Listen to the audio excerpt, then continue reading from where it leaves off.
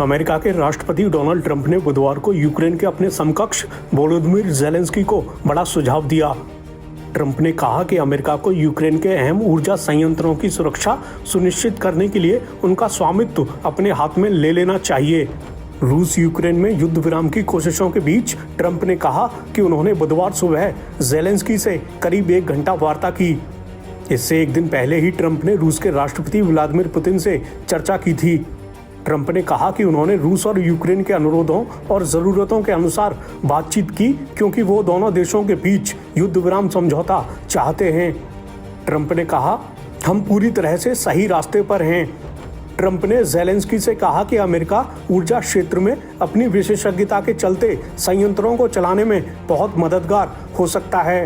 Trump ने कहा, उन संयंत्रों पर अमेरिकी स्वामित्व उस बुनियादी ढांचे के लिए सर्वोत्तम सुरक्षा हो सकती है।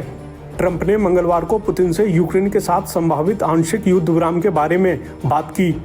पुतिन ऊर्जा ढांचे को निशाना न बनाने पर सहमत हुए, लेकिन उन्होंने 30 दिन के पूर्ण युद्ध विराम का समर्थन करने से इनकार कर दिया।